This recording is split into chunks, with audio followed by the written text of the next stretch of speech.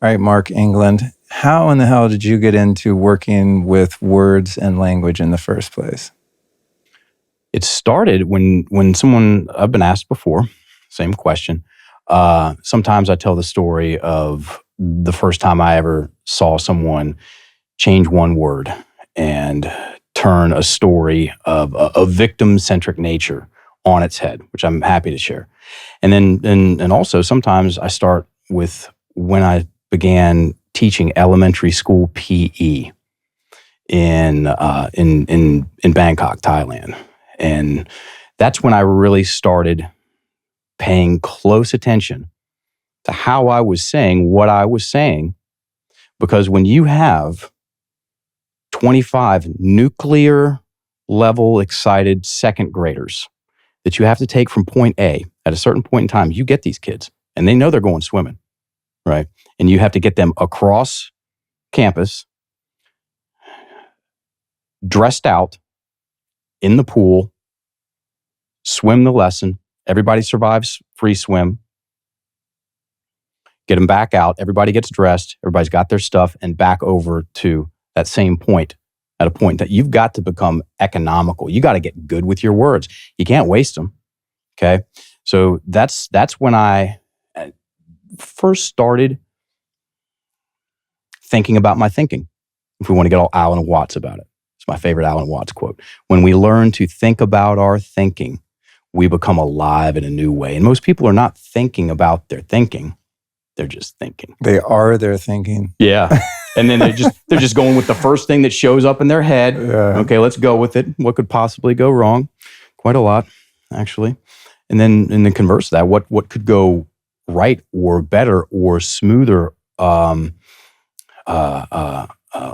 we learn to pay attention to what we think, what we say, and what we write. And so the business that we're in is we help people learn about the power of their words, because people's language, and when I say language, I'm talking about our internal dialogue and our external dialogue. What we think, what we say, what we write. People's language powerfully influences them for better and for worse. Most people don't have any education, practical education, about how to use their language well. Did you have any courses in high school, Luke, about like English, 11th grade English, about how to... The courses were, if you use the words that you use often, you're going to be kicked out of the class. Right. And then the verboten words, you know. I learned that pretty quickly after a few trips to the principal's office. And now give us a book report on 17th century Spanish galleons. It's like, I'm really interested about that at 16 years old. And then, you got to write the paper a certain way and you get graded. There's a whole other conversation, ladies and gentlemen, about our language than regular grammar, definitions and spelling. Okay. And then I saw a woman, she went from he did that to me to he did that to himself. She was telling a story. It was an emotional detoxification workshop that I went to in 2003 in Thailand. Very short story. I moved over there because I thought I was a tough guy. I moved to Thailand in 2002 and thought I was going to be over there for a year, Luke. I ended up being over there for 10, which still sounds strange to say, but that's, yeah. And I had my second knee surgery and my fight career stopped, and I like saying this, I turned myself into a grown-ass man baby. It's a technical term. And after about a year of not laughing, I really don't remember laughing that year at all. Really taking that. I had 3 going away parties. It was a really big deal. I had my passport for 2 years. I was just some dude from Virginia, and I'm moving over to Thailand for a year. People thought it was Taiwan. They didn't know where it was, and so I go over there and fall on my face, and now I've got the proof, got the final piece of evidence in a case that I was secretly making, which is part of the reason I was fighting so much, mostly with myself in my head. That's what was fueling my fight career, was a victim story, a victim mentality. I just thought that's the way I am. We'll run a language game on that later if you want. And so this event that happened, this, me and the knee surgeries and the whole thing stops. And now I've got the proof that there's something wrong with me, man. There's something wrong with me. I'm somehow doomed to fail. I'm a born loser. All the things I was secretly afraid of in my head. Now it's a case closed. Darkness descends. Entrench a victim mentality. Light it on fire.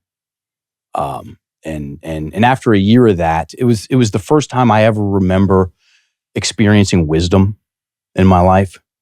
When after a year of being miserable, I go, dude, are you going to be complaining about this when you're 55 years old? And I was like, you could. That was the wise part. It's like that I could actually do that if I let myself. And I saw that version of me and I was like, I'll take anything but that. So I was teaching at elementary school PE then. Right around that same time, our vice principal had come back from this fasting and detox resort down in Koh Samui. It's an island in the Gulf of Thailand. He goes, they're doing some really cool stuff down there, man. I just did a 3-day liver cleanse and I feel fantastic. And you look better. Like he was all shiny and stuff and happy and energized. And he goes, read this book. And it was the Tao of Health, Sex, and Longevity by Daniel Reed. And Enlightened Poop helped me get down there. It's okay if we talk about poops? Yeah. I talk about poops all the time. Yeah, and Enlightened Doo-Doo changed my life. It was the thing that got me to go down there to this resort, which I kept going down there because it was helping. And then one fateful night, I went to an emotional detoxification workshop and saw this guy turn a story on his head. And I was like, that's one of the coolest things I've ever seen. And I got a "he did that to me" story. We were warming up. He shouldn't have been kicking that hard. And we'll get to that. So I go thumb through this book, and it's all about Taoism, acupuncture, meditation, diet, exercise, sexual practices, how they see themselves as part of nature. Really cool stuff.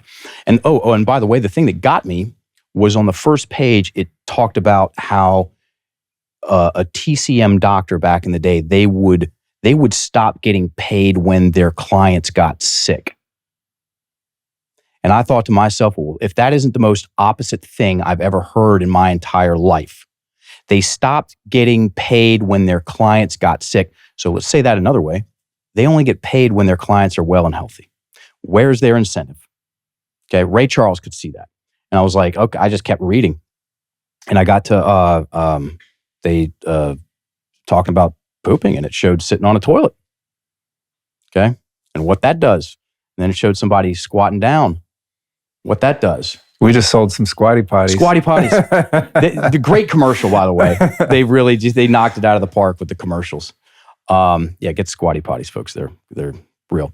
And so I was at the pool with the middle school teacher, Paul Marks, and we had the middle school kids and and everybody was doing free swim. I was like, I gotta go to the bathroom, dude. You got this? So I go in there, I squat down on the toilet, and at 27 years old, I took the best poop of my adult life. By an order of magnitude. I stood up and the colors were brighter. And I was breathing better. And I was like, they're telling the truth. These people are telling the truth. So I was like, I'm going down there. And then my third trip down, this, again, emotional detox workshop. And this guy had, he talked about words. He talked about breath. He talked about story. He asked, is anybody stuck on a story? A couple people raised their hand, but this one girl shot her hand up. And she told the story of a very bad, an embarrassing breakup, humiliating, really. And the sentence the definition of a spell, Webster's, not mine, is a word or a combination of words of great influence. It goes both ways. It can be expansive spells or constrictive spells. And the spell that held that whole thing together was, he did that to me. And he had to repeat it a couple of times. This guy knew what he was doing. So one, she's looking at, and that's a very important part in the Enlifted perspective about how to help somebody change their mindset. Okay, which is we have a definition of mindset. It's the story that you tell yourself. That's what it is. Okay, and in order to help someone change their mindset, how fast the story goes is very important. Great rule of thumb. The faster the story goes, the harder it is to change. So we'll talk about the mechanics of storytelling a lot. The faster the story goes, the harder it is to change. And the fastest way to slow down a story is to write it down, get the words on paper. Get the scary words on paper, folks. You can pick up that 600-pound pen. Okay, get the words out of your head. And yes, fine, there might be a little sting involved. It'll be way easier than bumping up into that stuff for the next 20, 30, 40 years. And this woman had been. 4 years later, after it happened, she hadn't gotten in any new relationship because this story was front and center and it dominated her mental real estate and was forcing her to look at all men in a very negative light. And then he judo chopped that one sentence. He did that to me. He said, take that last word out. Take out me and put in himself. And it was such a radical departure from that story that she had been relentlessly telling herself. It was clunky in the delivery because she got it out of her mouth. And then it went up at the end. It's called uptalk. He did that to himself, and then you see it catch, and the breath came out. He did do that to himself. And then she talked about how he lost friends and all this other stuff, and it was actually worse for him. And then she finally goes, it was never going to work anyway. That guy was actually really weird. And she walked out of there with a different story, and I was like, that right there.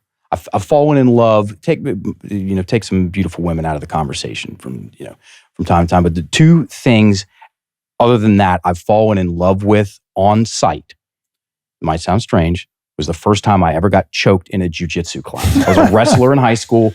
I pin you, you pin me. Very cool. Okay. The first time somebody choked me, though, I was like, that is terrifying and awesome, and I have to learn it. And I got obsessed. And I competed and all that stuff, whatever. And then the second time was when I saw that. And it's held my attention since. 2007, January 17th, I went down to that spa a lot. So 10 years in Thailand, first 5 was in Bangkok teaching, and the second 5 was down at that spa working as a counselor.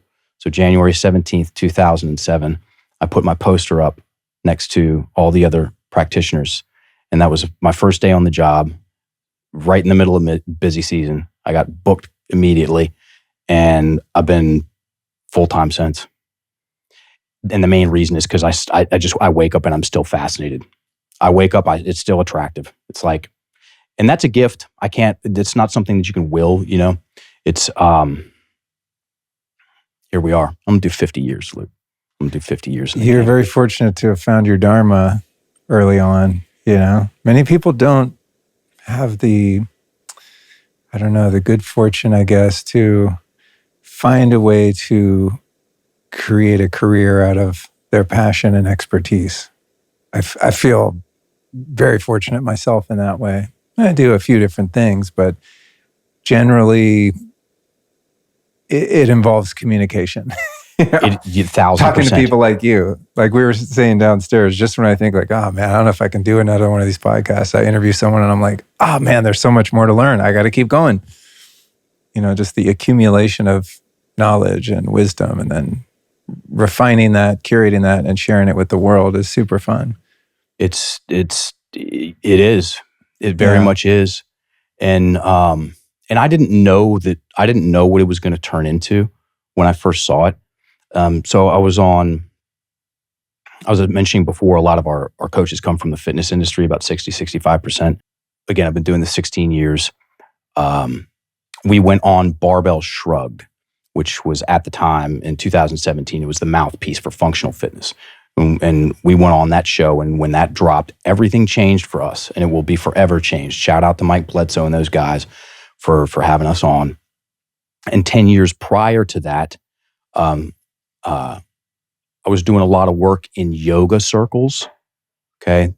People would bring me in for TTCs to do language and story training, because it's very easy. Once the scary words are out of your head and on paper, and you adjust the rate of speech and get some breath in there in between the sentences, the breath will unlock. And yogis like that. And then also, I kept running into the same sentence, okay, that was really stressing a lot of these people out, is I need to find my purpose. I need to find my purpose. I would have people in tears using those words. So spell, a combination of words, which is a sentence that was greatly influencing the pictures that they were making, the feelings they were creating, how they were breathing, stress, upregulation central. And I was like, I got to keep thinking about this. And I did. And so there's a, because I only committed to this whole language thing after 10 years in the game full time. And I'll tell you, there's two things that happened three. We'll get to those if you want to. But here's a better formula than I need to find my passion. Because once again, when I saw this thing, even when I started coaching, I was like, this is just something I'm very interested in it. I had no idea it was going to turn into what it has and what it's going to. And so here's a better formula than I need to find my purpose. Explore your interests. Develop your passions and commit to your purposes. And you'll know what they are. So if you're interested in something, jiu-jitsu, that's cool. And you get in there and it holds your attention for 2-3 years, file that under passion and keep going. And keep going. And if it's you got 10 years in the game and you're still passionate about it, file that under purpose. One of them. And then again, purpose. Like you only get one. And you're going to know it immediately when you see it for the first time. That's usually not how it works. I mean, did your enthusiasm and passion for podcasting grow with the skill? Yeah, absolutely. Yeah, for sure. Yeah. So it's and it's also, purpose is sometimes a stepping stone or a seed that's planted and then fertilized by your continued exploration of that to the point where all of a sudden other things start blooming and you diversify because you find that it leads to something else that was seemingly unrelated. And then now you have a bunch of buckets in your purpose wheel, right? That are relative. Yeah. You brought something to mind when you talked about spelling and casting a spell. It made me think of Jordan Maxwell. Mm-hmm. You familiar with him? Very familiar with him. And I saw him. Oh, really? I met him at an Awake and Aware conference. Oh, cool. Bill Ryan, David Wilcock, Jordan Maxwell, and Richard Dolan. They were all the keynotes. It was in 2013. Great conference. Yeah. Yeah, how he would talk about television programming, and then all of the common law stuff. Like when you're born into maritime law, it's a birth. Yeah, like birth certificate. All that stuff. The vaginal canals. Yeah, the bank of a river flowing the currency. That was the first dude that when I came across. Yeah, I got into him about 2004, 5. Yeah. Same time got into Ike and our man Alex Jones, and I was him breaking down symbolism and sigils in the way that he did. I was like, what is this place we're in? What is this world? Because it's not what I thought it was. It's wild. It's wild. Yeah, it's really interesting. Yeah, I love that stuff. He was a big dude. He's since passed. Yeah, he was tall, man. David Wilcock's tall too. Really? Yeah. Oh, wow. Yeah, taller than I was expecting. One of my friends married him. Oh, cool. Yeah. Yeah, I love listening to Maxwell. It just expands your awareness about the world. I mean, it can either terrify you because you realize we're all under a spell, but it's like the stages of grieving, right? When you first learn, you're like, oh man, we're screwed, and then as you carry on through with it, hopefully at the end of that, you become more empowered with that information. But that stuff is very interesting to me. Also, I interviewed a Dogon priest from West Africa the other day. A few weeks ago. It's already been published. And he was explaining to me how to his people, the English language is like a total hypnotic scam that's been perpetuated on humankind. And he would give me examples of words that they have in their language for which there are hundreds of iterations. Something like love, we just have, it's one word, love. Oh yeah, I know what that is. In his Dogon language, there's countless ways to express that. Flavors, Baskin Robbins, and then there are flavors of love. other, just speaking of the energy or the consciousness behind words, and then there are other concepts for which there are no words because they don't believe they have any basis in truth or reality. Kind of like Native Americans, from what they say, I haven't fact-checked this, but they didn't have a word for ownership, right? Like, you own that piece of land was foreign to them. No one owns it. It's all God, or whatever their perspective was, right? Or is. And there were many things like that in that conversation. I was just like, sort of like the thing with Western music, how at some point in history they changed the hertz. They changed the tuning to 440. And prior to that, like a more kind of harmonious or natural frequency is 432 or whatever it is. And it's kind of like this big scam that's been pulled on us and we don't know. And the calendar, right? The calendar doesn't, the 24-hour calendar, the monthly calendar, the yearly calendars don't match what's happening in the cosmos. There's this mismatch. So it's really interesting, but there's a bunch of things that he pointed out like that were like, yeah, you guys have been duped. Majorly. Majorly. The way that we're taught to orient ourselves to our environment, time, language, music, all these things have been altered to something that's basically unnatural, But his perspective on language was really interesting. He said all the Latin languages are all limiting in that way because of the frequency of the words and the narrow bandwidth of meaning attributed to words, and the fact that there are words for things that don't actually exist in reality. It was really interesting. Yeah, this dude tripped me out. And then you start thinking, I can only use language to describe language. Like I can only use English to talk about English, me, myself personally. Because it's the only language I speak. And it's the guy that turned me on to Jordan Maxwell. He was an Ayurvedic doctor in Thailand. And he only told me this once. And I was like, I'm not going to ask any questions about that because I'm going to stare at this. I'm not going to think about it. I'm not going to consider it. I'm going to contemplate it because there's 3 levels of thinking. There's thinking. It's when you do it once. There's considering when you do it a few times. And there's contemplating when you stare at something until it cracks. You get the secrets. And he goes, the English language is a slave language. And I was like, well, that's a very interesting thing to say. And I'm going to contemplate that. And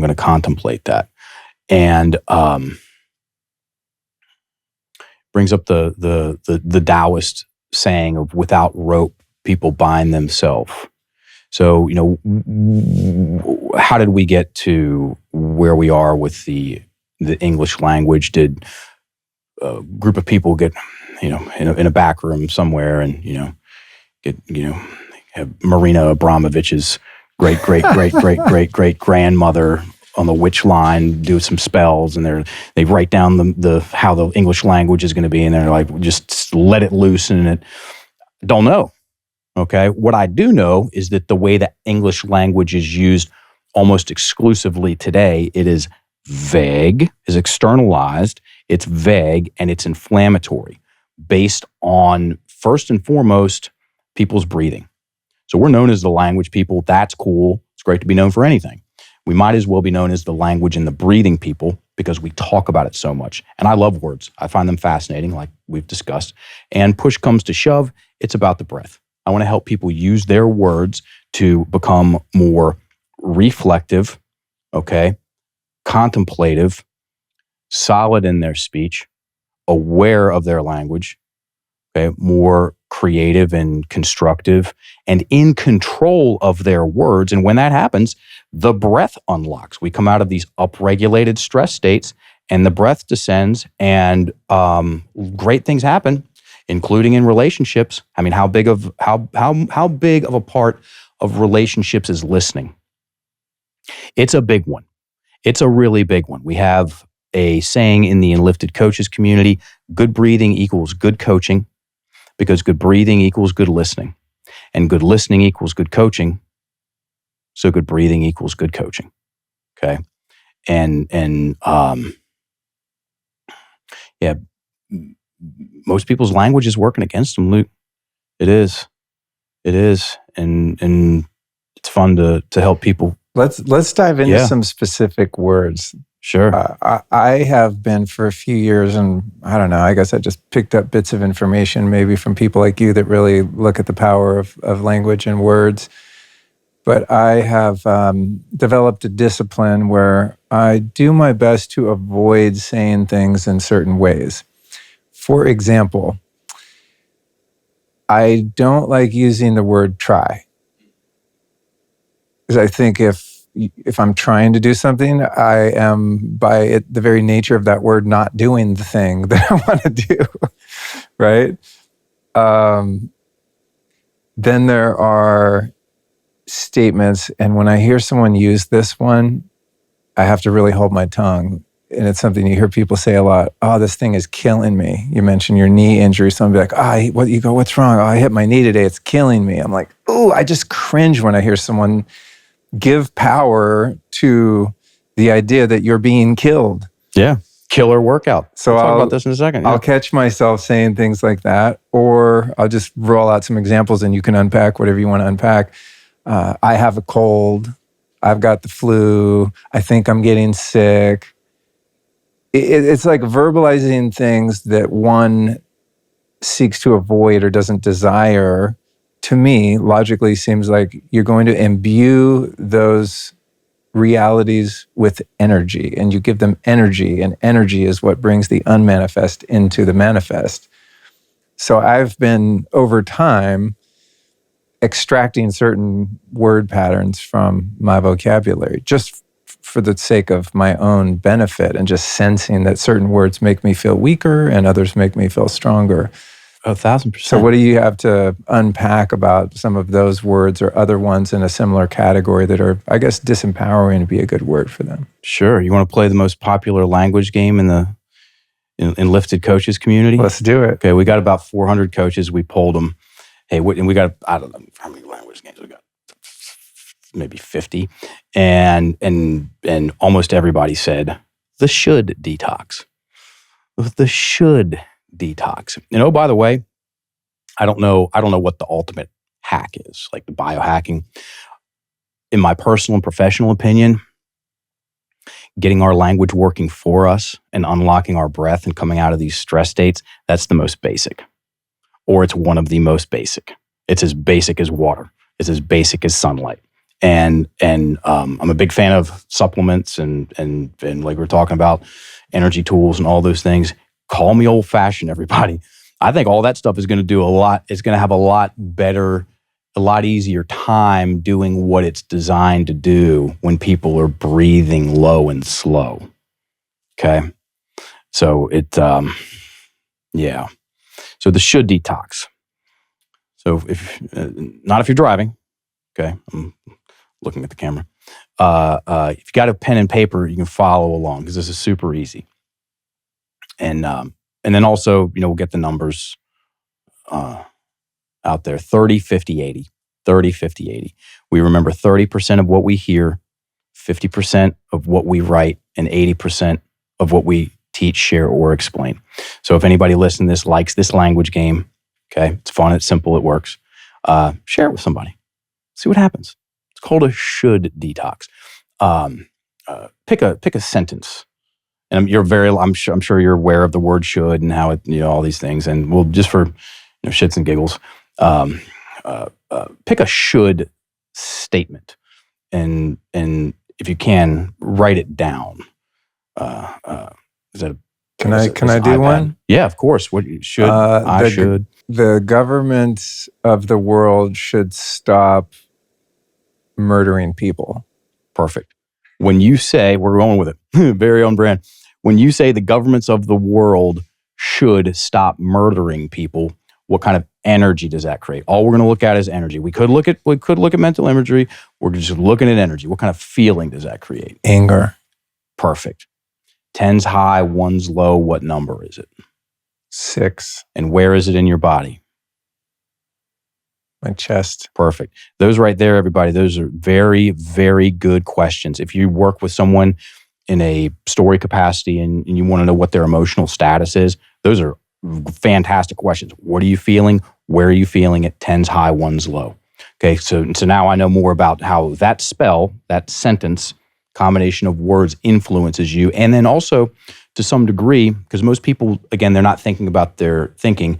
They just get consumed with the result of it. It puts them in an observation mode. They're like, oh, they have to observe themselves a little bit, which is good. Oh, what am I feeling? Where am I feeling that? 10's high, 1's low. Okay, cool. So the government should stop murdering people. Take out should and put in could.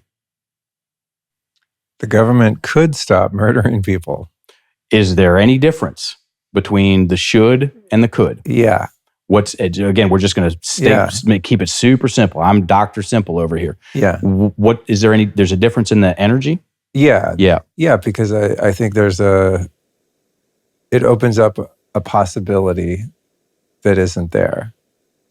It's more open-ended too, right? Because if the government should stop murdering people, then it's very black and white. It's either they're doing it or they're not. Could means maybe they could do less of it. Maybe they're not doing as much of it as it appears they are, and so on. It becomes a bit more broad. Yeah. Not so limited. And this, for the audience, write down a should statement. And maybe it's, I should use my red light more. Okay. And then, take out the should, scratch out the should and put in could, say it again. And so what we're doing, one of the many benefits of playing language games is that we slow down the story. So we can take a look and pop the hood and take a look at what words are doing what. Like, oh yeah, take that one word out and it does change this. Most people's stories are going way too fast, dude. And then it also gives people a feeling. When someone feels the difference between this sentence with those words in them and this sentence with just a one word difference, they're like, they can feel the difference. Then people get the game. Okay. And it's also games. Let's play some language games. Okay. People have fun. We've done a good job of simplifying the conversation about mindset, starting with the definition of it. You can ask the Google machine, what's the definition of mindset? And you're getting 17 definitions on the first page alone. And a lot of them are big picture, philosophical, clunky stuff that takes a long time to explain. Good luck implementing that in the heat of the moment when something happens, because it will. And then we've also gamified it. We've made it fun for people to, our parents told us, don't play with your food. We're telling you, play with your words. Okay? Have some fun with these things. So should to could. The government should stop murdering people. Could. The government could stop murdering people. Take out could, put in can. The government can stop murdering people. I doubt, based on their track record. But that feels even better. We'll get to the government here in a second. We'll talk about Luke, the legend Luke Storey in the chair. It changes some energy. Yeah.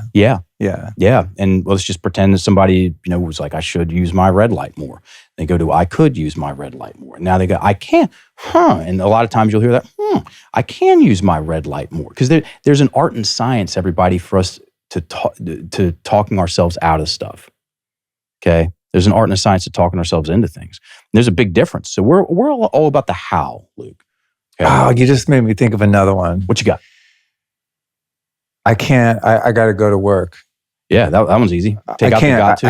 I have to go do this thing. Yep, that's pressure language. I catch myself doing that, and I'm like, you entitled shit, Luke. You get to go do the thing. See, exactly. I'll catch myself. Exactly. Writing my book is a great example. From one perspective, I can look at that as this impossible task. It's just like, oh my God, how many hundreds of pages and how many pages do I have? I have to go work on my book. Versus, I could be flipping burgers at McDonald's right now for 8 hours a day for $10 an hour. That's a have to. I get to go sit in my office on a computer and play with words, right? And it feels much better to think about, wow, what a privilege that I get to do this. The 1,000%, and you're completely on track with the frequency of, have to, get to, must, should also, okay? Pressure language, which we now call dramatics, okay? Most people do not enjoy running their day off of pressure and obligation, which is what should creates, Okay. I should use my red light more. I should drink more water. I should wait 4 minutes before I wake up in the morning and start scrolling Instagram. I should call my grandparents. All of that creates pressure and obligations. And then the stuff that, a woman, I was so enthralled. That's not quite the right word, with what this woman said once right before a meeting. I forget what the rest of the meeting was about. She goes, and she just threw it out there. She goes, there's a billion people praying for our problems.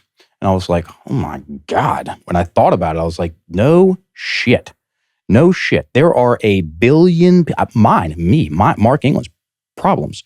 If I wanted to frame them that way, there are a billion people that that are praying for the resources, the connections, the opportunities to be able to drive my truck down to Austin and come talk to people like you. Okay. Oh, I've got to drive down there. No, I get to drive down there. Okay. I got to get that email sent out. No, I get to.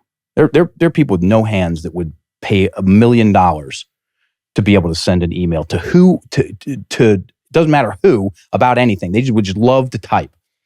They would love to type. So anyway, I go off on rants and tangents. You bring to mind something I haven't thought about in a long time. Back when I was in a really dark place in my life, I forget where I even got this, but I remember it was printed on a piece of printer paper, and it said, life is 10% of what happens to you and 90% of how you think about it.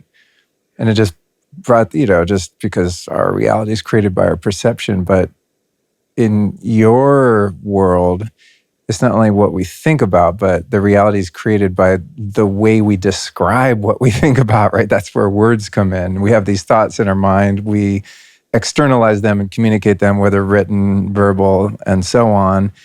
And it seems to be the real power is not even as much as the way we're thinking about it, or maybe we accentuate or potentiate the way we're thinking about something by the word we use to describe it. So in a situation, I have to drive from Virginia to Austin to do this podcast, is a thought that's then, transposed into words.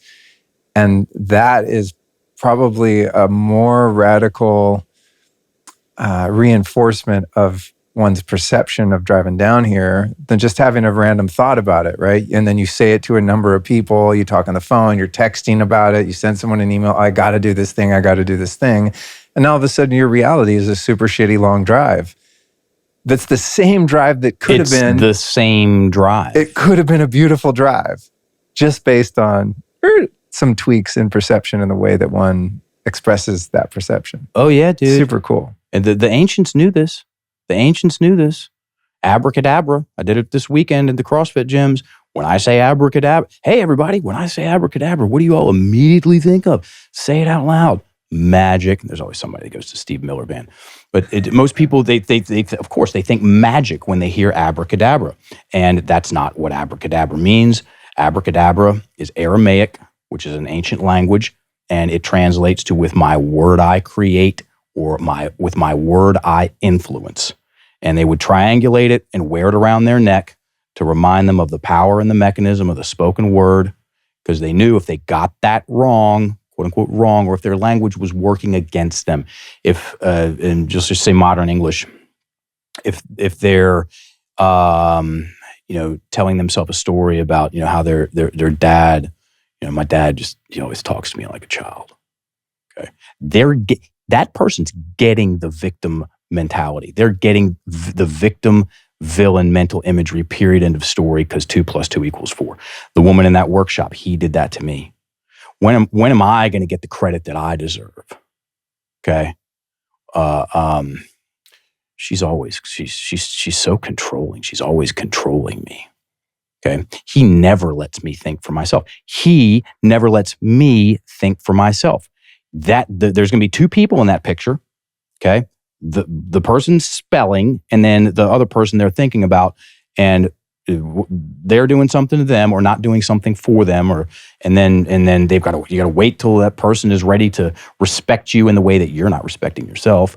But you need them to do it so you can feel good about yourself. And this is all happening in your imagination. And they're not. You won't even see them for a month, and then it's stressful to be a victim. Okay, and I understand the political climate quite well. We're not talking about victim blaming. We're talking about victim mentality explaining. Hey, guess what? There's a game to play. Your words, abracadabra, are powerfully influencing you for better and for worse, and you can use your words different and better to get a better outcome. Because here's what's going to happen.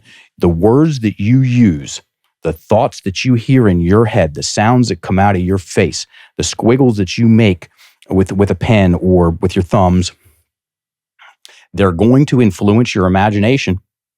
They're going to make some pictures. They're going to make some movies, and they're going to create energy. It's going to create energy, okay?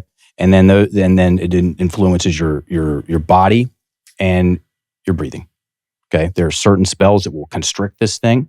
There are certain spells that will relax this thing. And if you want to get all Rudolf Steiner about it, since we're here, he said any force that seeks to constrict or control is by definition Luciferian. And if the majority of people that are using the English language, which they are, I Googled it, I didn't Google it, but this is what I stare at all day long, are using the English language in a certain way where it constricts their imagination. The pictures are up close and scary, okay? And the energy that they're making is dense and heavy, and their breath is trapped in their chest, and the body is tight and rigid. Then by definition, they are under a self-imposed Luciferian spell. And then that goes, it's just another way of saying that the English language is a slave language that people enslave themselves with. Okay. And it just simply comes down to education. That's it. It's not rocket science. There's a fucking lift to it for sure, dude. Cause that pen can feel like it weighs 600 pounds when it's time to write down the scary words. Okay. And most people's stories of ouch and pain and sting and woe. Okay. Don't worry about the government, y'all. Don't worry about them. Okay. Go in there and get the stories of when you were mercilessly bullied in middle school.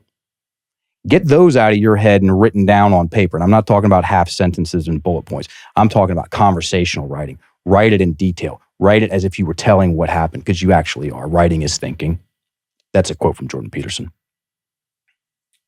Get those words out of your head, because there is a huge difference between a story kept in your head and a story written down. There's a huge difference. I'm going to take that you and put in me. There's a huge difference between a story kept in my head and stories written down. This goes for me, you, her, everybody watching. Okay, a story kept in the head swirls. It's seemingly infinite. Where does it start? Where does it stop? There's the worst part again. Ouch. Story kept in the head takes up a tremendous amount of space, is extremely disorganized compared to a story once it's written down. And we're going to finish up the should detox here in a second. Play a couple more language games since we're here. Story kept in the head. It is, the story's in you. You're still in the story. It's subjective. Okay. And that whole time doesn't apply to the emotional body thing, is very real. Okay. And the thing's on repeat. Byron Katie, shout out to one of the goats. Got to spend 5 days with her in Kripalu in 2014. That's funny you mentioned her. I was going to ask you about her, because that's where I learned. Byron Katie, yep. the work, all the reversals, right? He did that to me. I did that to myself. I did that to him, all that shit. I've been in so many of her workshops and stuff and seen people just pop. Explode. Just become free, just from what you're describing, in her sort of methodology. Yeah, it's super cool. That was life-changing for me too. That's where I learned about projections. And that's a very big part of helping people go from inflamed dumpster fire in their head to, let me think about that differently. And then, she's big into writing too. Get that story out of your head. Yeah. And once the story is written down, now it's finite. And and not only is it finite, it's now very organized comparatively. And if you're in a coaching situation, or let's say you just want to do this for yourself, Now you can look at your words, as opposed to, and that makes your life a whole lot easier when you can observe the words externally, as opposed to trying and also, by the way, it slows the story down a lot. People write slower than they talk, and it's usually a less emotionally charged experience for someone to write a story down than it is in detail than it is to tell it in detail. Okay, and also keep going. Most people will write in more detail than they'll tell the story in detail. And it provides instant objectivity because it's now outside of you, in front of you. It's not in you and of you. It's this thing out here in your lap that you just wrote. Yeah. It's concrete and external. Yeah, it's interesting. Yeah. It's the fastest way. The fastest way to slow down a story, we started talking about this earlier, is to write it down. The fastest way to break a spell is to write it down. Okay, we're big on writing. And then, okay, yes, there's going to be some sting involved with the scary stuff. The abuses, the dog attack, the divorce, the bullying, the failed business, whatever it is. And here's some more truth. Okay, yes, it might likely sting, depending on the severity of it. That's nothing compared to keeping that stuff in your head and bumping up into it for 20, 30, 40 years, because it's not like it's in there and it's not doing anything. It is. It's our experiences, our stories, it's like a spicy Thai dish. Burns going in, smolders while it's in there, and it burns coming out. And if no one understands what I'm talking about, go down to your local Thai restaurant, get that curry Thai hot, and assuming that everything is, and when you do go use a squatty potty, and assuming that everything moving according to plans, message me in 48 hours and let me know, because now you'll get it. And that's one of the reasons why people it's not like you can avoid these things. You can try to avoid these things, okay? Because they're in there doing things, influencing how we see ourselves. What about in communication with others, definitive words? I find it counterproductive to say, you never pick up after yourself, or you always, make me look small in front of other people, whatever, right? Especially in intimate relationships, I think this is really common. And those are some of those things that I've tried to weed out of my experience. What can you say about that as it relates to other people, communication, conflict resolution?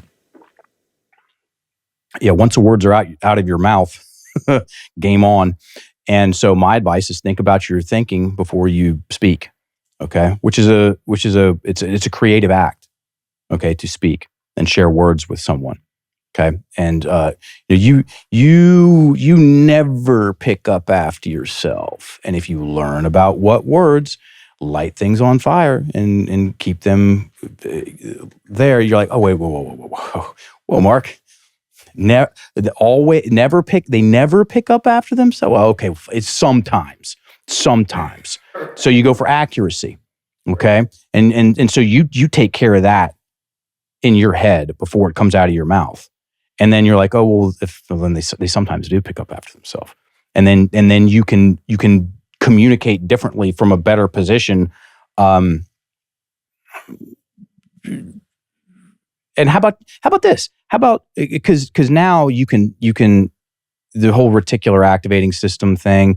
You buy a new car, you start seeing that new car out all over the place.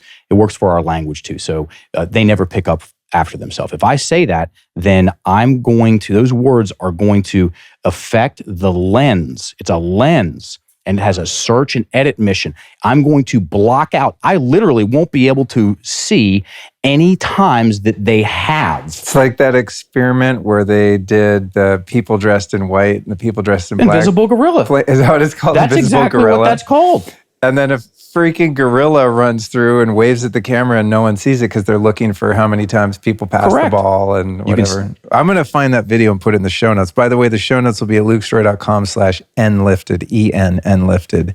And we'll put the interview with Byron Katie and the Dogon interview and links to all your stuff in there. But tell us about that pattern recognition when we're saying, okay, my husband never does this, or you always do that, Yep. and then we Always and never. Watch out for those then words. we start to see our red Volkswagen everywhere. Yeah, for sure. Because the RAS, the reticular activating system, I highly recommend, because everybody's got one. I highly recommend researching that. Because again, it is the lens. Your language influences it. It has a search and edit mission. So red Volkswagen, you buy a red Volkswagen or how about the Broncos, new Broncos? Those are cool, huh? Somebody gets a new Bronco and they're going to start seeing new Broncos all over the place. And while they're finding more and more new Broncos, it's called confirmation bias, they're going to be editing out green vans and blue Oldsmobiles because it's not the thing they're looking for. So if someone says, and I've got a couple of stories about this that I share frequently because they're fun and they're relevant and they're quick. He never picks up after himself. I am now searching for all the evidence of him never doing that in my imagination, and I'm simultaneously editing out any times they have done it. Okay, so now I've created the fire in my head, and I'm about to bring you into it. And so when I know, okay, well, never, yeah, and then I go to sometimes. Well, sometimes they sometimes don't pick up after themselves. Well, they sometimes do. And then if you want to get really considerate about it, you wait till they do pick up after themselves, and go, I love it when you pick up after yourself. So you catch them doing something right. Great way to teach. These are good parenting tools too. Dude, I'm not a yes. parent yet, but I'm transposing it onto future parenting. 1,000%. And also because, my favorite Einstein quote, he said, intellectuals solve problems, geniuses prevent them. And when I prevent a problem in my head before it comes out of my mouth, and let's just say when it comes to parenting, when I'm able to craft my words and regulate my rate of speech and keep myself in a more down-regulated state, okay, and have and speak in affirmations. Okay, how many times have you heard parents say, "I hate repeating myself"? They say it a lot, and you know why that is? Because they're repeating themselves in negations. Don't do that. You can't get up and leave the dinner table until you finish your food. Okay. Don't talk back to me. So I'm making all the pictures of what I don't want them to do in my head, using the words. Those sounds are going in their ears over there. They're making the same picture. Now we're making the same pictures of the same thing. And I've pissed myself off first and foremost, and my breath is trapped in my chest, which now I can't listen. It's called amygdala hijack. When someone goes into these stress states, their breath gets trapped in the chest, listening skills tank. Okay. And then if you want to keep going, we inherit our parents' breathing patterns. We inherit our parents' breathing patterns. Okay. So how many times, it's very rare, does a child grow up in a high stress environment? Okay. That's another way of saying everybody's holding their breath. And that child it's entrainment. It's entrainment. Okay. How often does that child come out of there cool, calm, and collected and breathing well? No, it's everybody's like, when the parents are doing that to themselves in their head, and then, thinking and speaking and writing that way in the home, it's going to affect the breathing. It's going to affect the vibe, the energy, and children grow up and take that out the door with them. Wow, that's so true. I observe in people just through pattern recognition from my own life. I can pretty much spot when someone had an abusive or alcoholic parent because they have a hypervigilant nervousness about them. Dude, they're jammed in, and, people pleasing, pathologically accommodating. There's like a certain sort of set of personality traits that are very indicative of a kid who's grown up in that kind of hostile, unpredictable environment, which I did. It's just how I've been working through it over the years, and I'm able to spot it pretty quickly in other people. If you spot it, you got it, right? And I go, oh man, yeah, they have that thing. They're not relaxed. They're not breathing. What do you call it? Deep and your breathing thing? Low and slow. Low and slow. Low and yeah. slow. You can just sense that. And also, I notice even as adults, we will entrain to kind of the dominant energy between people. If I'm around someone who's an enlightened master, I start feeling pretty chill. If I'm around someone who's in that limbic system freeze up, I have to work much harder to be low and slow in my breath and calm myself and kind of set the template for how we're going to interact and the energy between us. It's much more work with someone who's not kind of holding up their side of it, right? Yeah. Now I have to be not dominant in the sense of controlling them, but just controlling my own experience of that person or the dynamic that we're sharing. That was the exact word I was thinking. Sharing. We share space with people. We share energy with people. Obviously sounds. People. How many people out there are thinking about how to make their sounds better? The quality of the sounds that come out of my face majorly dictate how things organize and orchestrate themselves in my life. Okay.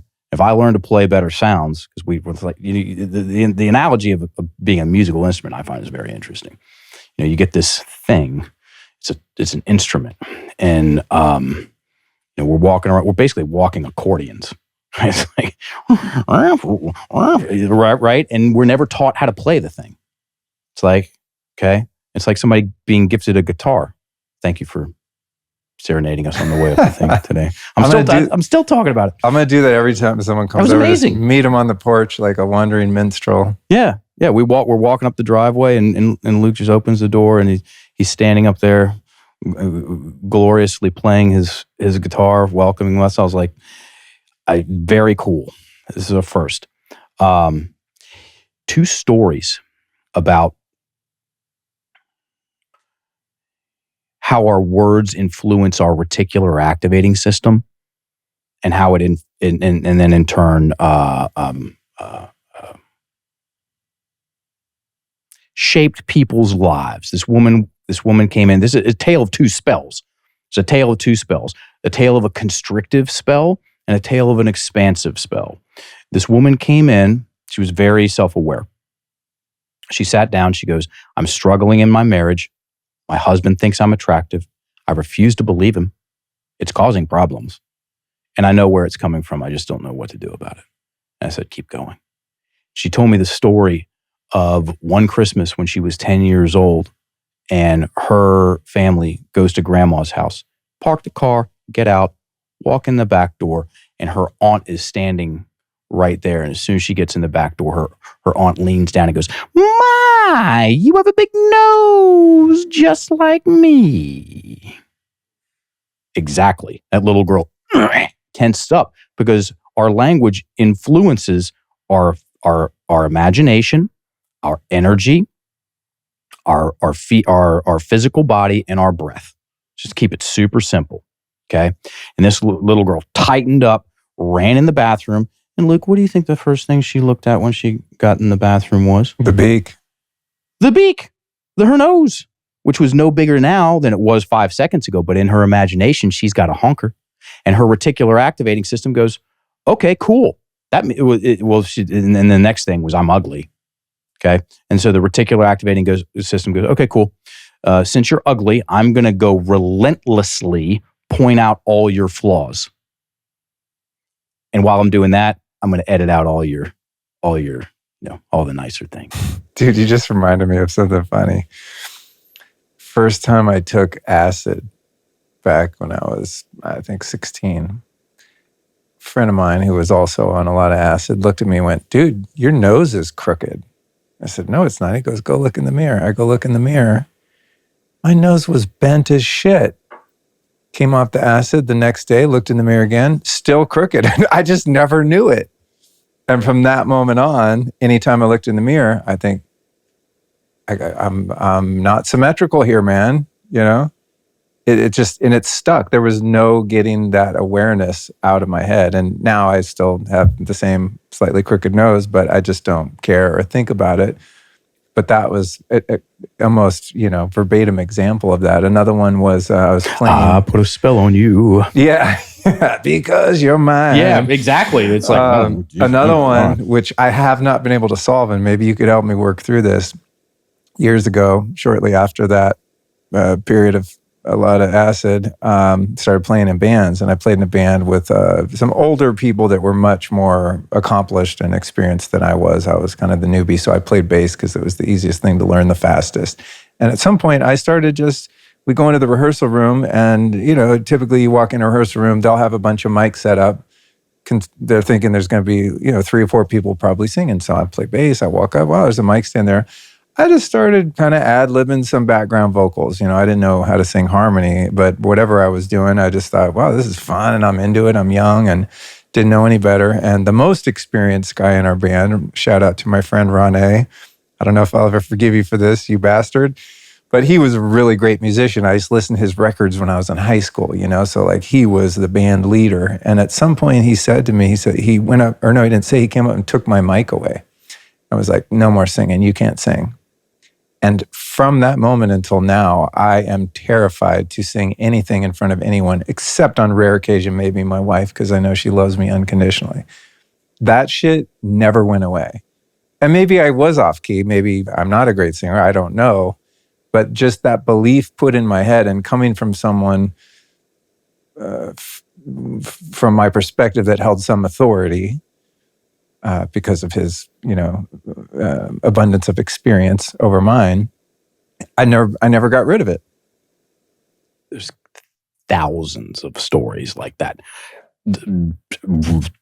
5 days before I came down here, our next door neighbor, Jerry, he's 78, 77.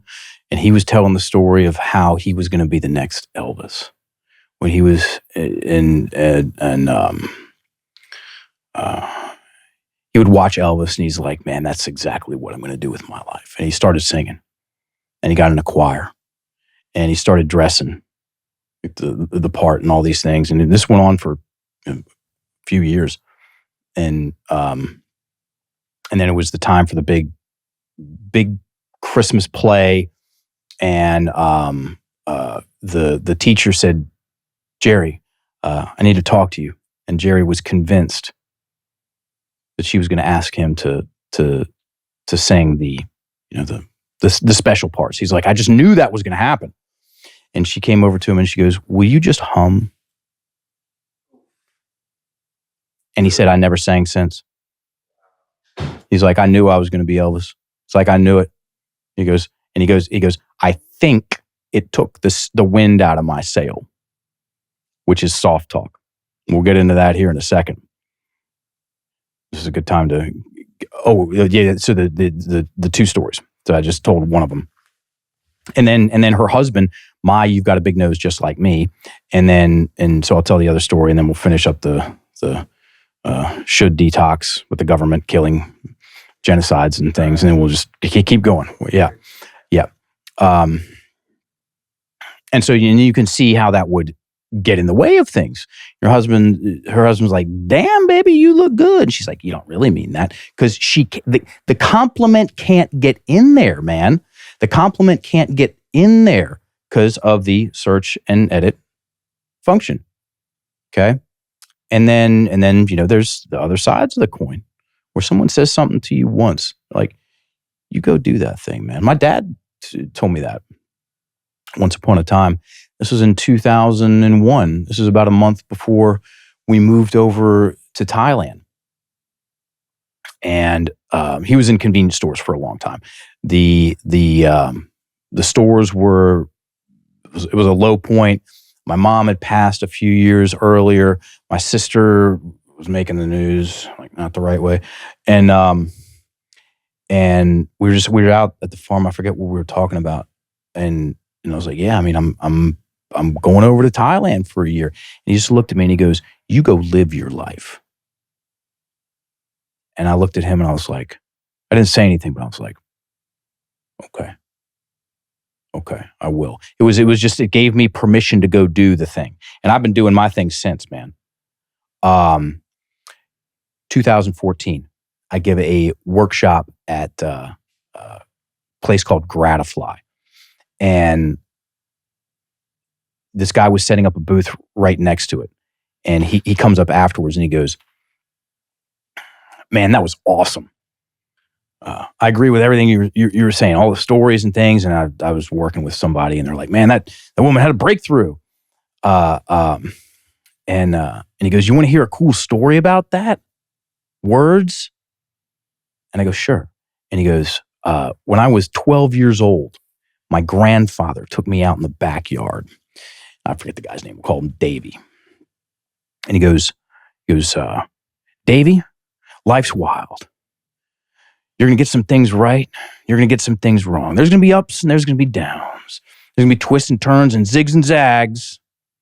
Just always remember to err on the side of being a badass motherfucker. And he said, my whole world, when Grandpa drops an F-bomb on you like that, my whole world changed in an instant. He said, I took this big breathing, language, words, breathing. He said, I just took this big inhale in. And I looked up and I saw myself as capable and confident. And it just, I got this charge. And he goes, man, I've made a lot of mistakes, but you know what? I go after what I want. And then the cherry on the icing on the cake was, I like being me. He said, I like being me. And the people that I know that like themselves more than the average, people that actually like themselves, there's the people that go for it. There's the people that have gotten better at stuff, that have gotten good at things. People that develop a skill tend to like themselves more. Okay. People that develop a skill, it's also a way of learning about yourself, tend to find themselves more interesting. Okay. And then also people that just go after the stuff that lights them up, man. Because if you reverse engineer that, people that aren't good at anything, and talk themselves out of making moves. How could you like yourself? How could you like yourself like that? In the honest recesses of your mind. I doubt that happens. Okay.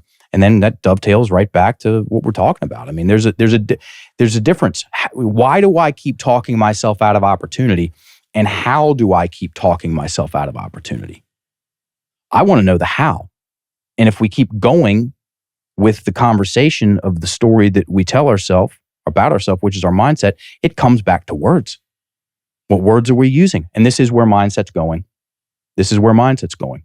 Okay. I love the neuroscience. I love the big picture philosophy stuff. Okay. And the practical rubber meets the road is the words that build the sentences, that build the stories. That's the new frontier, if we want to get a little Star Trek about it. So the government, let's fix these fuckers real quick. The government, and I mean all of them throughout history, by the way. Yeah. They're the number one cause of death throughout all of recorded history. Did you know that if you want to think about that? Yeah. They're all genocidal. It's not that we haven't done it right. There is no right, because they're based on the premise of a person being bestowed with something special that gives them the ability or right to have authority over another or others, which is fundamentally false. So you can't win. There's not socialism, communism, democracy. All of it historically ends in the suffering, enslavement, and death of mass numbers of people. Do you know Mike Bledsoe? I've heard the name. Yeah, he's a Is legend. He the barbell shrug guy? Yes. He's here in Austin. Oh, okay. He helped us launch Enlifted. We were hanging out with him the other day. Well, not the other day, it was 2 nights ago. And he was talking about anarchy.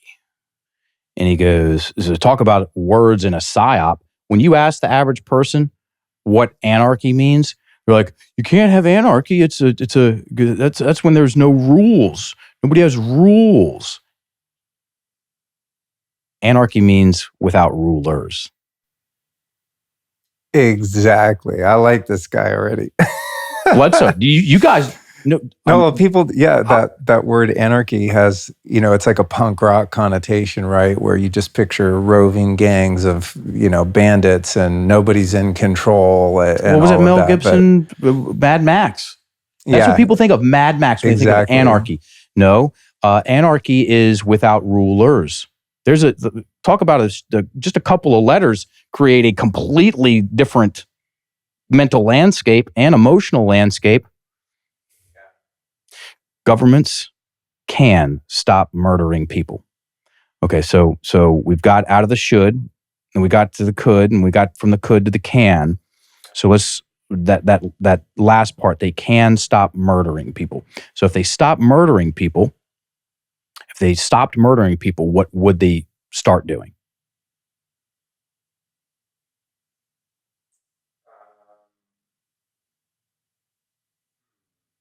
And this is the exact point. We're thinking about thinking.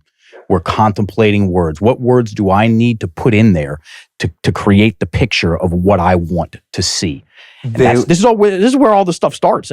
Everybody. They would start serving the people. Perfect. Plug it in.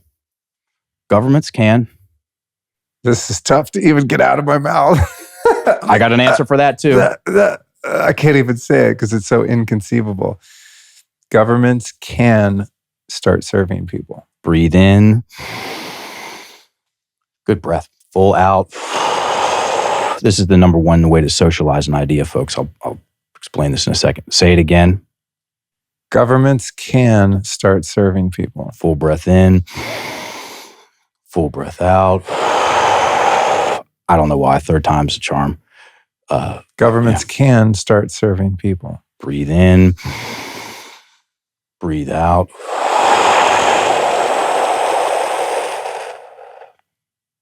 What happened when we repped that spell, combination of words of great influence, with breath? What happened when we got the breath in there? It makes the idea slightly more tangible. That right there. Remember Stuart Smalley? Yeah. Saturday Night Live. Yeah. And he got that. The grandfather of affirmations. Yes. And gosh darn it, people like me. And part of the reason that skit happened is because affirmations were such a joke. Okay. And in a lot of ways continue to be that. And the number one reason is people's affirmation practice is that their breath is trapped in their chest when they're repeating them. Yeah, so talk about something that is practical, immediately implementable, and free and valuable for your audience, anybody that uses affirmations. If you want to, and I'm serious with these numbers, if you want to 100x the potency of your affirmations, read them just a pinch slower, and in between each one, do the full inhale and the full exhale. And what that's going to do, 3 different ways of saying the same thing. It's going to help you socialize the idea. It's going to help you take it to heart. It's going to help you embody it. And the main complaint people have with their affirmations is, I don't feel it. And the reason they don't feel it is because their breath is trapped in their chest, and they just have this mental exercise, and some genius somewhere says, oh, just do it for 108 days until it sinks into your subconscious mind. You only need 7. You only need 7 days with reading it slow and breathing really well. Because here's what will happen after 7 days. You're either going to get to matter of fact, or you're going to be really close. Consider seeds planted. Because that's what they are. What are affirmations? These are statements that I want to believe more strongly in my life. These are words that I want to take root in my mindset, the story that I tell myself, and propagate and fruit. Okay? And without the breath, I don't care how well crafted the affirmations are. It's like taking, I said this on Cal's podcast yesterday, it's like taking a handful of heirloom organic biodynamic seeds out to Walmart and throwing them in a puddle of oily water on the pavement in the middle of the day, Texas summer, and expecting something to happen. It's not. If your breath, good luck changing your client's mind. So I'm speaking to the coaches out there. If their breath is trapped in their chest, it's not going to happen. Someone's breath is trapped in their chest. Again, this is the mechanics of Storey. The stuff that they want to get out isn't getting out. And if their breath is trapped in the chest, there's stuff they want to get in isn't getting in. It's a locked door. That's amazing. I'm going to do that with my affirmations. Bro, that's badass. Prepare yourself. Prepare yourself. It reminds me too of deep experiences with psychedelics and plant medicines. And anyone that's been there knows that when things get crunchy, I'm going to say the best way, it might be the only way in my experience, to get through that crunch is in the breath. That is the key to get to the next. It might be a microsecond when things are feeling squirrely.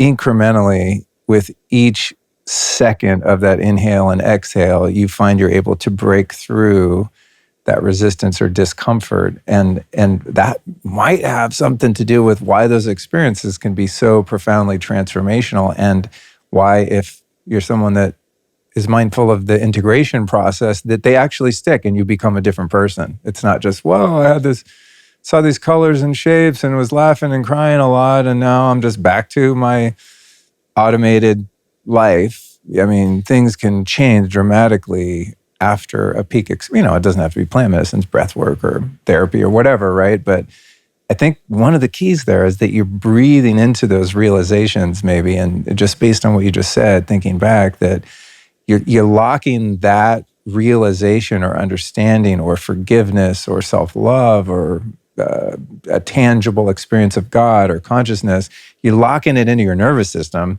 So even when whatever's in your bloodstream wears off, the effects of it are still there. They're locked in. You ever thought about that in the context of that kind of work? Yes.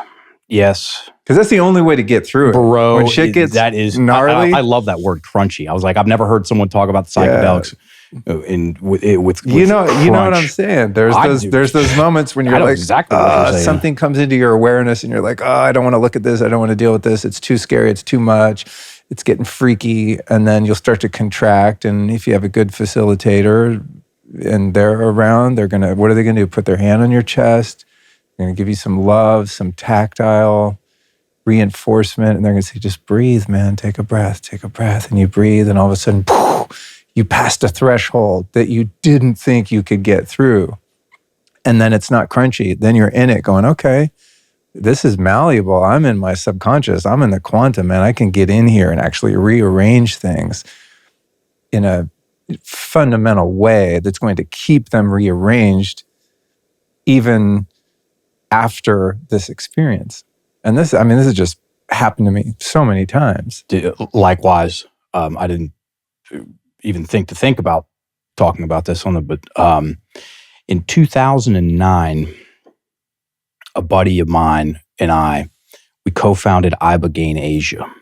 Oh, wow. And we ran, when I got out, he and his wife continued facilitating. But in about a year and a half, we ran somewhere between 50 and 55 treatments. And for people that know what that means, that is a very crunchy. Things get crunchy there. I've heard. Yeah. I've not had that experience. I've not felt called, as they say. That's probably because every time someone talks about Iboga or Ibogaine, they're like, dude, it's the father or whatever, right? And they describe ayahuasca as the mother. I'm like, ayahuasca is no party in and of itself much of the time. So if that's the mother and then you have this harsh disciplinary father in Iboga, I don't know. I don't know if I'm ready to sign up for that. It's and people have asked me, or used to ask me, should I do that? And I'm like, I don't know. Are you pulled? Are you called? It's like, if you are cool, if you're not cool, like whatever. And yeah, it was, hey, this thing is the volume is going to get turned up on this thing. Okay. Also known as your things. And all you got to do is breathe. You got to breathe. We're here in the room with you. Okay. And keep breathing. So yeah, that's very important. And also very important, no psychedelics necessary with affirmation practices. It is a completely different world. completely different game, getting the breath in there in between the affirmations. I'm stoked. That's such a great tangible takeaway. What do you think about when it comes to affirmations and goals and whatnot, the difference between a fear of failure and a fear of success? And I ask that because in my life, when I've expanded into greater expressions of myself, I find myself not wanting to do affirmations and vision boards and things like that, because there's something in me that's like, you can barely handle the expansion of your life now. Don't make it expand more, right? It's like this governor on expansion, success, and success by whatever matrix, external, internal, whatever. And I've looked at that within myself and thought, there's some part of me that feels much safer in playing small, and therefore limits my possibilities and will actually stop me cold. And I'm not afraid of failing at the thing that I endeavor to achieve. I'm actually afraid, and this took some inner work and awareness to arrive at this understanding, but I'm actually more afraid of achieving my goals than I am not, because it's much safer to not achieve them and remain stagnant and safe and not crunchy, to use that word again, right? There's a crunchiness in breaking out of your cocoon and the growing pains of oh shit, now I have a family and a career, and the expectations that are created by expansion and success, to me, are way scarier than losing something that I have. It's like getting something that I want and then going, oh shit, you got the thing. Now what are you going to do? Can you handle this? What's your take on that? Fear of success versus fear of failure? A lot of times it's two sides of the same coin, fear being seen.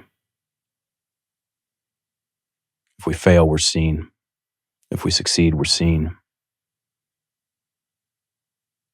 That's usually what it is. Yeah. And that tanks more careers, coaching, music, fashion, MMA.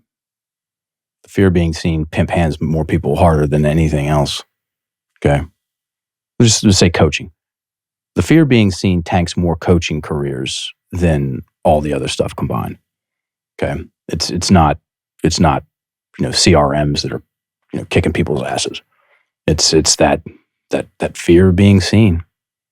People will do Cirque du Soleil mental gymnastics to get out of putting themselves in a position of to potentially go do the thing. I mean, I get it. I totally get it. And then again, Dr. Broken Record over here, write the story of the success down.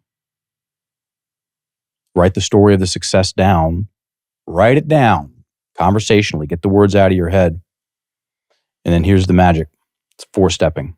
Okay, there's 4 steps, hence the title. Get it on paper, write it out. Conversationally. Step 2, read the damn thing. Step 3, read it slow. 30% slower than your normal rate of speech. What happens when someone slows down their rate of speech? I don't know if we've talked about this or not, but it's quick and simple. The breath loosens up. That's a big deal. Because like I said, if the breath is trapped in the chest, the stuff you want out of you isn't coming out. The stuff you want in isn't coming in. And then let's just say it's 3 paragraphs, 4 sentences each. So that's 12 sentences. That 4th step, read them and breathe. So you read just like you did with the government can start serving people. Okay. And you read that story with breath and watch what happens. And that's how you socialize a new story, a new we'll just use the word story. Okay, so let's say they have a fear of success. Well, what does that mean? That means they're not comfortable with the story of the success. Okay, and if they're not comfortable with it, they're going to, again, mental gymnastics to not do it. Okay, and if you do that exercise with those words on paper and the breath, the story of you being successful, it will become more comfortable in how you feel. And you're just like, oh yeah, okay, cool. I can't handle that, actually. You'll see how you can handle it as opposed to seeing how you can't handle it. Now, most people are so underwritten, Luke, and I'm not talking about insurance, dude. The scary words and stories are kept in their head, and the exciting words and stories are kept in their head. And none of this stuff is rocket science. Otherwise, I wouldn't be able to understand it. Okay? Get your words on paper. Okay? And usually it's to clean up the house before you throw the party. Go get the junk out of your head. Okay? The times when you were bullied, the divorce, the abuse, the time you missed the free throw shot to win the state finals and everybody called you dummy dumb dumb or whatever it was. Like, get all those things out of your head on paper, 4-step them, watch what happens. There's going to be a lot of stuff that comes out of you, including, water out of your eyes. Most people. It's very normal. It's good. It's great, actually. And then get the words. My driving teacher said when I got in the car, 15 and a half years old, he said, look where you want to go because you're probably going to go there. Get those words, where you want to go, what you can do, what could possibly be possible if, whatever. Get them on paper and get the breath in there and watch what happens. Because people aren't, if someone, it's a matter of, it's a scale. Most people are praying for a sliver of confidence. If you do a good amount of work with your story, there's the promised land after confidence is comfort.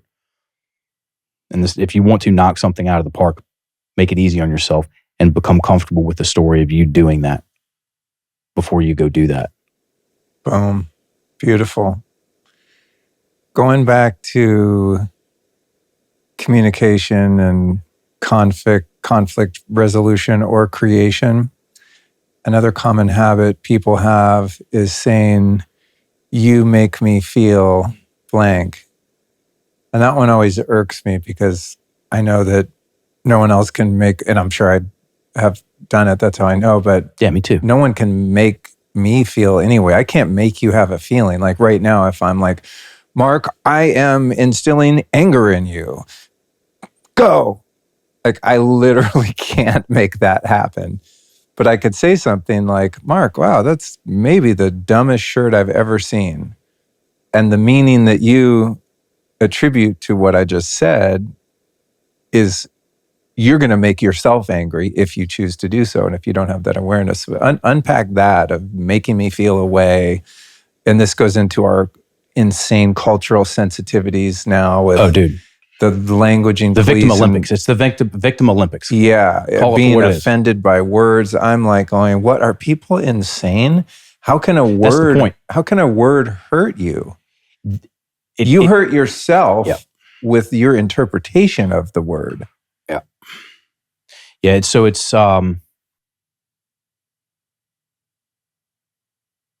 not divide and conquer. It's confuse, demoralize, then divide and conquer.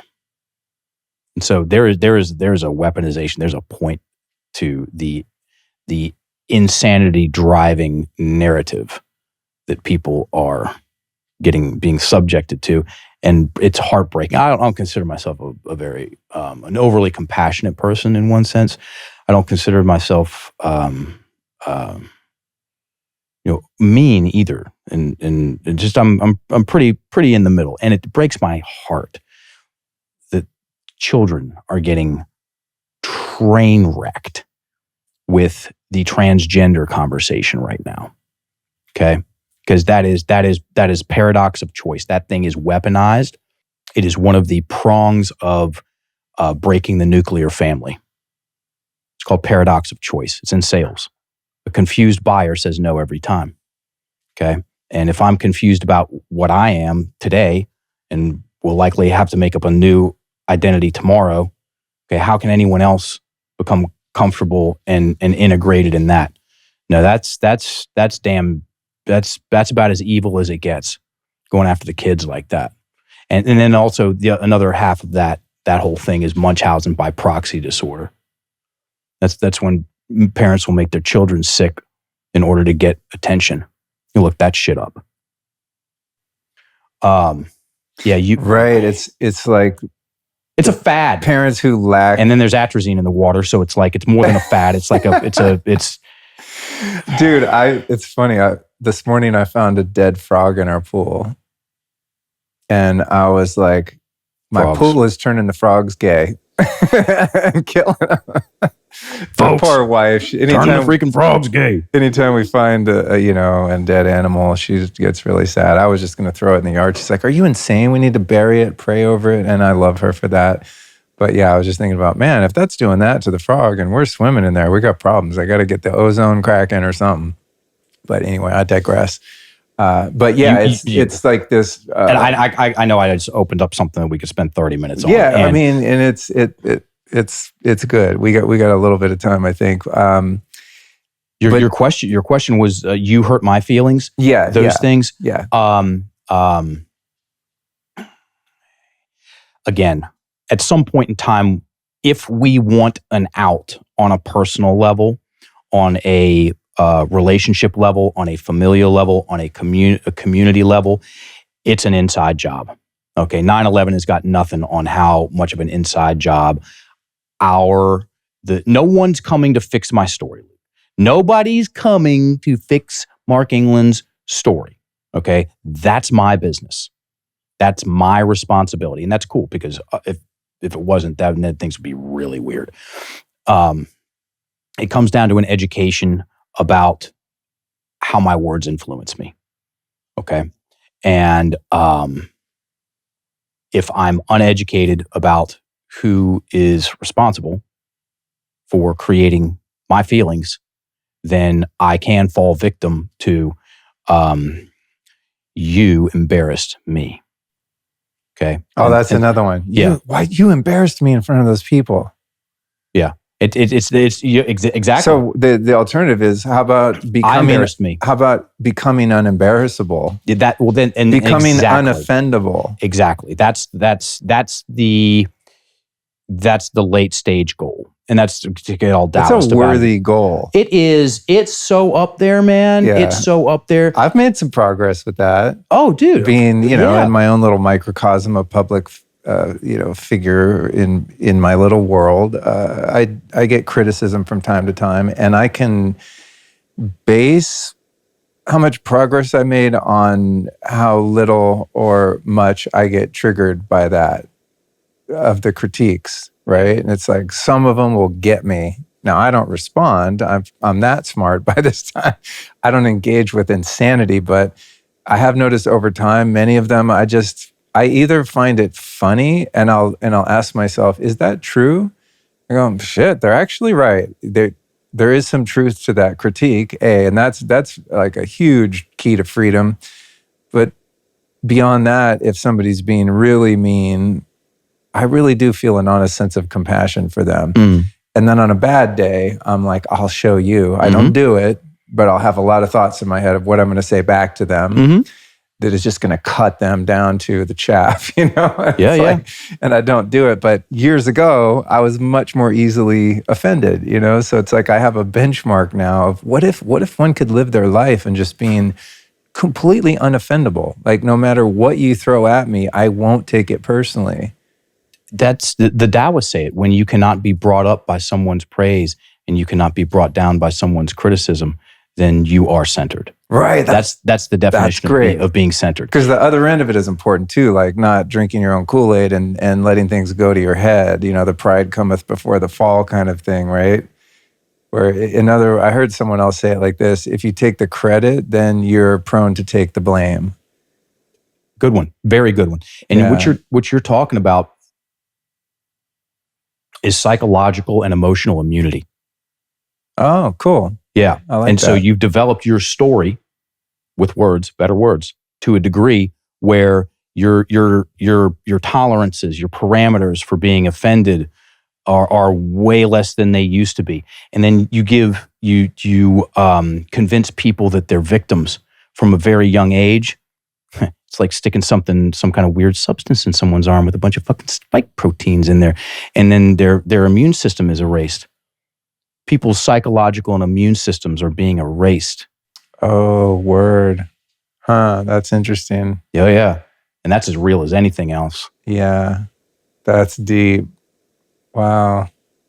I'm going to keep working on that. I'm having fun with it. The other day, this guy sent was watching one of the podcasts, took the time to grab his phone or computer, find my website, go to the contact page, send me an email saying, you know what, I'd like to enjoy your podcast, but those stupid ass pants you're wearing make it look like you're sitting there sipping cacao with your 14-year-old girlfriend. Damn, bro. He was really, tell us how you really feel. He was really pissed about my pants. And what about your pants, bro? Yeah, he's probably not wearing any pants, but that it was awesome. Mini because skirts. I read it, and then I don't know, maybe for a second bristled up. I was like, wow, what? And then I looked at it. The first thing I did was like, well, does he have a point? I said, yeah, I'm a 53-year-old man. Yeah, I dress ridiculously sometimes. It is probably hilarious and off-putting, but that's just me. I don't care. I'm not. This isn't like a fashion podcast, Doesn't he know about your background in the fashion industry? I should get a little bit of Whoever leeway. said that, Luke's cooler than you are. I should get a little bit of leeway there. But, it was a great barometer to test my level of sensitivity and how seriously I'm taking myself. How dare he say that I am, So I've read that and I thought, he's actually really funny. That's great, man. And I got a kick out of it. And I emailed him back and was like, man, you're right. I wear some funny stuff. I said, thanks for listening anyway. I recommend, if the way I dress bothers you, but you still enjoy the content, then maybe don't watch the videos and just listen to the audio and you won't know what I'm wearing. And then he sent me back, a really polite email after that. Well, I'll give it another shot, whatever, We had a great exchange, and maybe he's still listening. Maybe you're watching right now, sir. Forgive me for forgetting your name, but we had a similar experience. Those are fun when those come up and you see like, wow, this is my choice. Like how I'm going to contextualize this feedback, and the power is in my mind and in the discipline I have to how I'm going to frame. Like, okay, someone handed me a picture. How am I going to frame that? How much meaning am I going to assign to it? And that was an easy one because it was such a superficial criticism. It wasn't, I've had worse that hit closer to home, were harder to just roll off the back, like the duck rolls water. Yeah. Some of them are easier than others. If someone really knows how to get in my wounds that might be still active, it's harder. But over time, it gets easier. And I love that, would you say psychological immunity? Psychological and emotional immunity. Yeah, that's really great. Imagine if more people in the world, and maybe, a few tens of thousands of people that hear this will start to apply that. Imagine a world where people didn't get offended by a tweet and have it ruin their whole day. Dude, it's an allergy. I mean, just look at it like that, everybody. Again, Dr. Simple over here. What words are in your head that you're allergic to? I mean, what's the difference between, let's say I had a cat allergy, and a cat comes up and jumps on my lap, and then I start sneezing and got my eyes red and watering, and so, cause and effect. What's the difference between that and every time I think about, when my girlfriend broke up with me in high school at that party, and I get emotional about it? What's the difference? Like, I mean, is there much? It's every time I come in contact with a cat, I have this reaction. Every time I come in contact with a story, that particular story, I have this reaction. Okay. Good news is it's easier to take care of maybe some homeopathics and some magic cubes and things like that. It's easier to take care of a story allergy than a cat allergy. You get the words on paper. Get those words out of your head. If you have a repeating thoughts about yourself that you're having negative reactions to, yes, the pen's going to be very heavy. You might part of you will probably scream, don't write them down. Okay. Because a lot of these stories of a negative context, they want to stay in their preferred environment, which is in the head, left to their own devices. Now you extract those things and there's going to be some friction. But I'll tell you what, that is how it's like going to the gym. Okay. Jordan Peterson, confront the dragon, get the gold. That's how you increase your psychological and emotional immunity. And you know what else is really fun? Of course you've had this experience. Somebody says something to you that would have offended you, let's say 7 years ago, and they say it to you, and you're like, you don't even flinch. You're like, well, yeah, whatever. That's a great check-in. Have you had that experience? Oh yeah. How nice? That's what I'm talking about. It's the payoff. The best. It's the payoff. Yeah. Or even if it's possible in that situation of using it as grist for the mill, right? Of finding the truth in it. Not only can it not be offensive because you don't choose to be offended by it, but there might be useful information in that, even if somebody's coming at you with the intention of hurting you and dragging you down to their emotional level of suffering. Like in the case of the guy that didn't like my pants. I mean, I'm not going to change my pants. I think they're funny. 14-year-old girlfriend, though. That was a dig. You know, whatever. I don't care. I love cacao. I don't think I know any 14-year-olds, but you know what I'm saying? He was kind of on point. But there's been other critiques that's not a great example, but there's been other ones that bristled me a little bit. And I went, oh, hold on. Let me see if there's some truth in there. And they actually were. And they were instrumental in me editing, a way that I talk or behave that's inauthentic or that isn't productive. Like there can be actually, even when someone is trying to hurt you, sometimes the things that really get under your skin because there's some truth in them that you don't want to face or look at, right? And that's why the dagger gets in, because there's a place for it to go. Because there's a part of yourself that you're like, F you. Like if the faster I come back with a defense is probably an indication that there's more truth to it. Yes, and where you were breathing when the feedback was given. If someone's breath is trapped in their chest, which most people's are, and they get some feedback that hits a button, they're going to fly off the handle, and their reaction is going to be that's a low sign. Someone's breath trapped in their chest, that is a telltale sign of a lowered or depressed psychological, emotional, intellectual immunity. Breath low and slow, that is a very good determinant of someone who has developed their story to a degree. And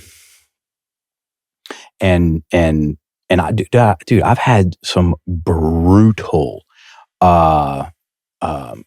pieces of feedback given to me. And over the years, what I've found, and then some of this is not brutal, some of it just like I've had all the ranges. And what I find is when I breathe well while I'm, experiencing that, I'll get to the gold a lot faster. I'll get to the gold, I'll get to the nugget, I'll get to the truth, why it if there's any applicability to it. And therein lies the evolution. Okay, so people talk about revolution. Do they know what they're asking for? Breath trapped in the chest with whether it's one person or 100,000, that's revolution. All the stuff is coming back around again, including the guillotines. Okay? Breath low and slow, that's evolution. That's when things change and move forward. And so if someone wants to have revolutions in their life, I've worked with a woman who said, I've had the same relationship with 5 different men. That's what that was. And she had a story about her dad who cheated and got kicked out. And her mom told her when she was growing up, you can't trust men. You can't trust them. They're dogs. They only want one thing. Don't worry. Don't even try.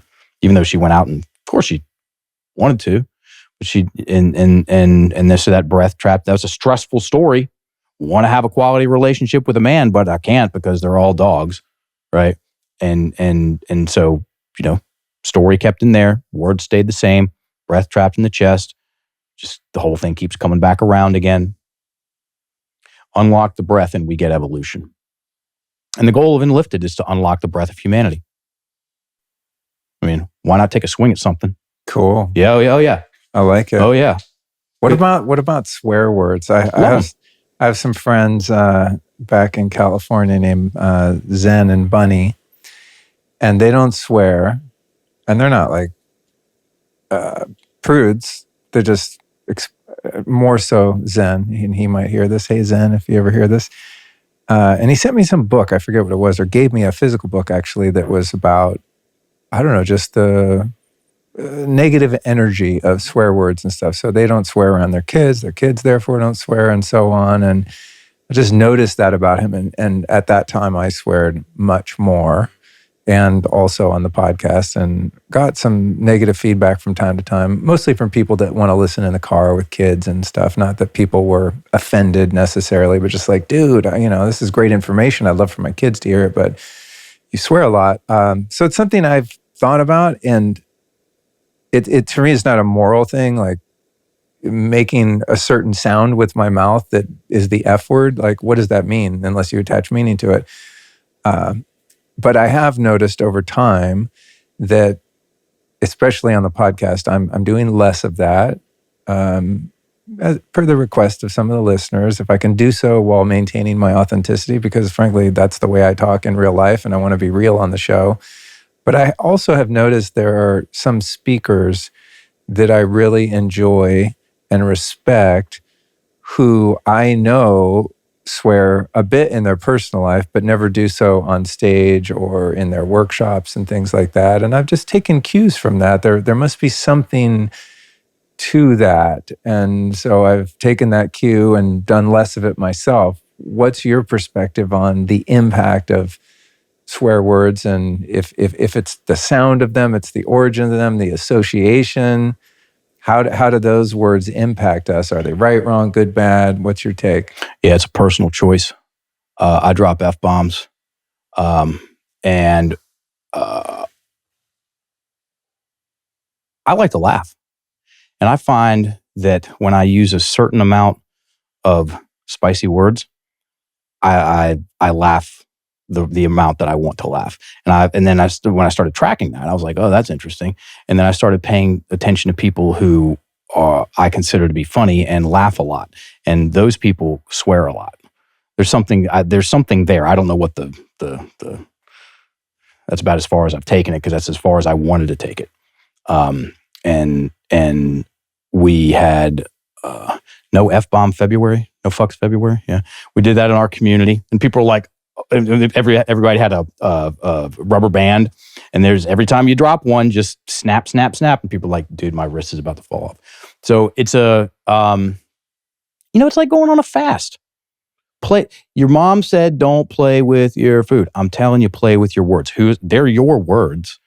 And so if someone is interested about it, same thing with plant medicines. If someone's like, oh, that's interesting. Never thought about taking out the 4 letters. So take it out for a month, see what happens. And that was one piece of feedback that we got from our podcast. It had that same experience with the pants and the cacao, and this woman was like, she said the exact same thing. Great information. I wish you all didn't cuss as much or even at all. I want to listen to this in my car with the kids. And I bristled at first. I was like, just don't listen to it then. And then we had a discussion about it. Okay, a constructive, down-regulated discussion about it, and played both sides. And then we ended up, you sent her an email, and she was really appreciative of it. And so, that's us. It's not it's not that we're taking our own medicine. We're using our own magic, which is, pay attention to yourself. Okay. And know that you're participating in a story. You're telling yourself a story. And I'm bristling up and whoa, wait a minute. What's going on here? What's going on here? What words am I using? So, if someone wants to, okay. And then my mom, she didn't cuss much at all. And when she did, man, it got mattered. The attention of every, talk about bristling and puckering up. She dropped an F-bomb, and everybody in the house stood at attention, and it was not her thing. So it's personal.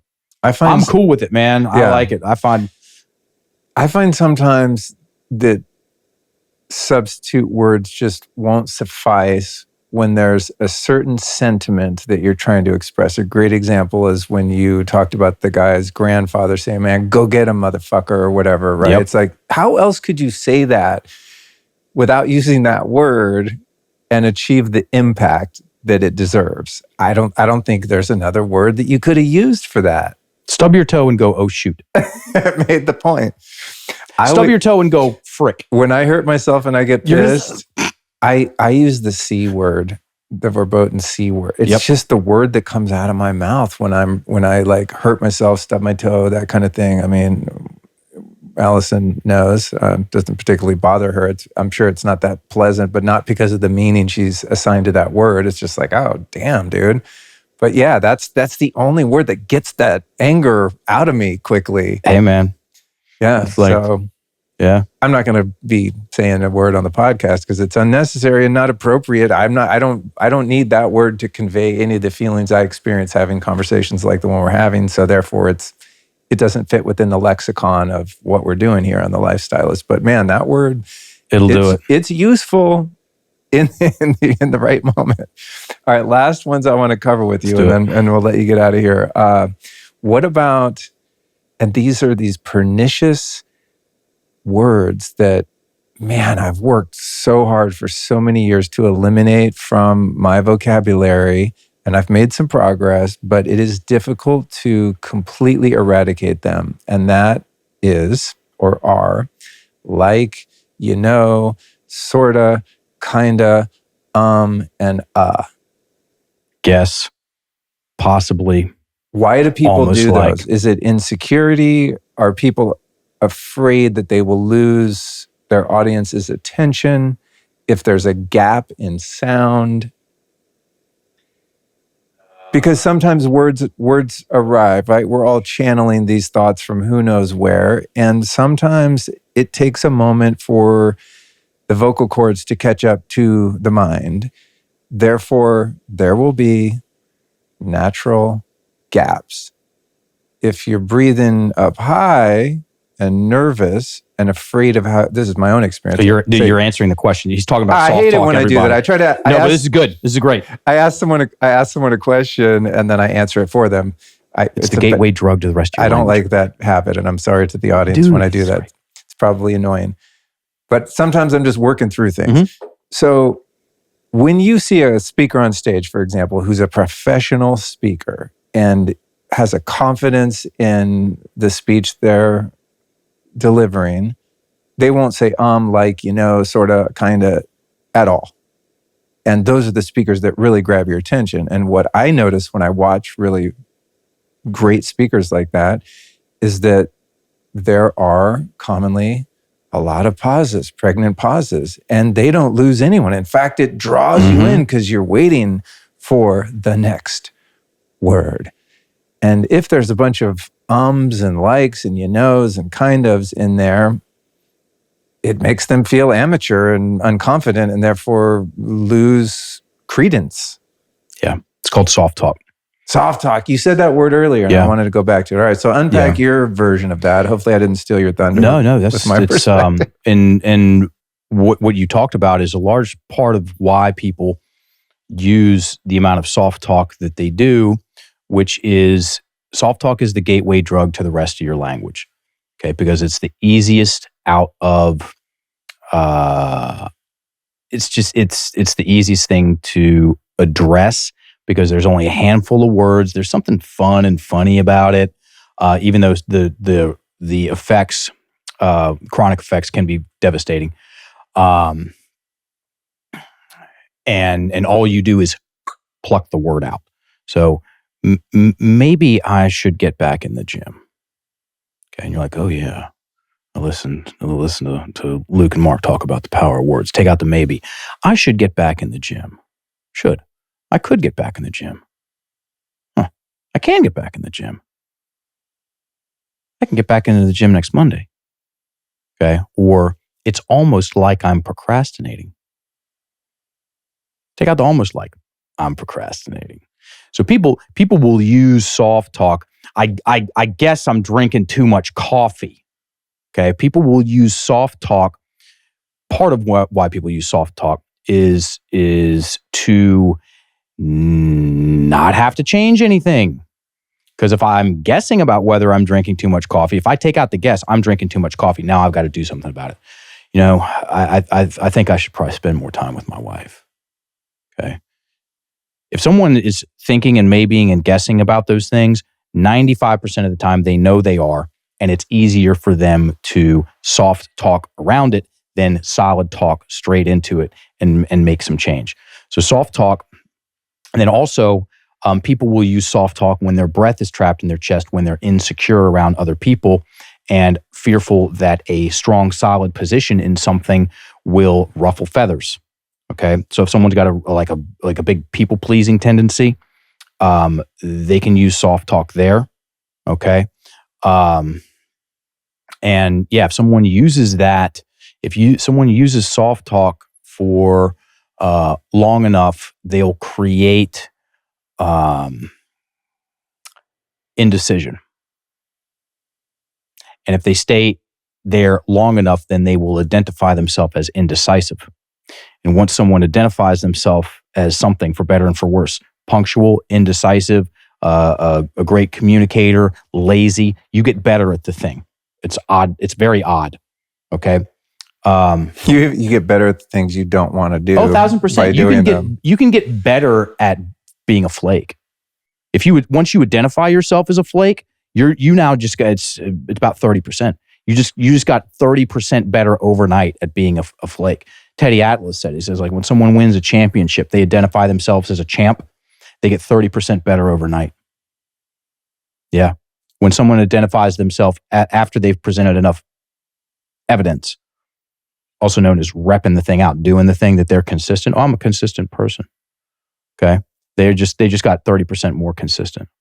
It's the power of identity. And I'm a non-book recommended person, and The Talent Code by Daniel Coyle is a phenomenal book for that. I've taught on and off. I haven't taught with it in about 3 years, but I taught on and off with that book for a decade. Yeah. That's badass. Yeah. I like it. Yeah. Tell me about I want to let people know how they can further engage with you. And doing my research on you, it looks like you have two things going on: Procabulary, which is a great play on words, and Enlifted. And you guys, as you mentioned before, do coaching and stuff like this. Break it down for people that might already have some sort of coaching or speaking business, how you might be able to help them. And I think this is something that I want to start highlighting more when people have different training programs. If you're someone listening, we were talking about purpose earlier, and you're in a career or job that doesn't serve you or is no longer aligned with your values, morals, ethics, interests, passion, whatever.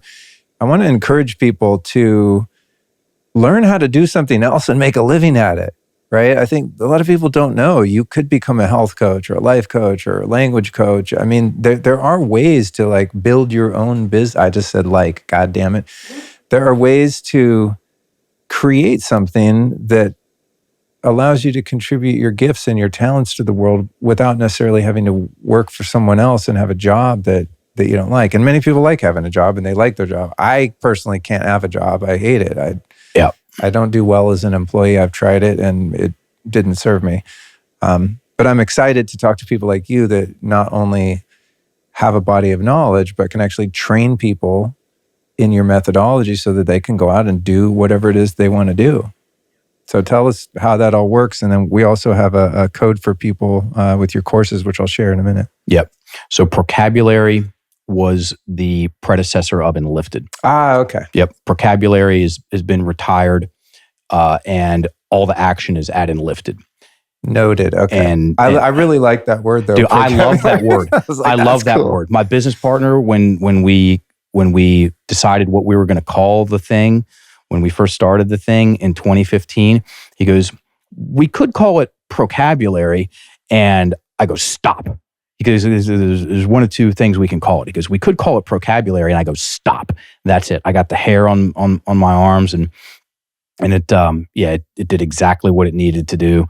And like I said, the action is at Enlifted. So we certify coaches, and we certify coaches in the art and science, and it's where level 1 starts, of dismantling the victim mentality.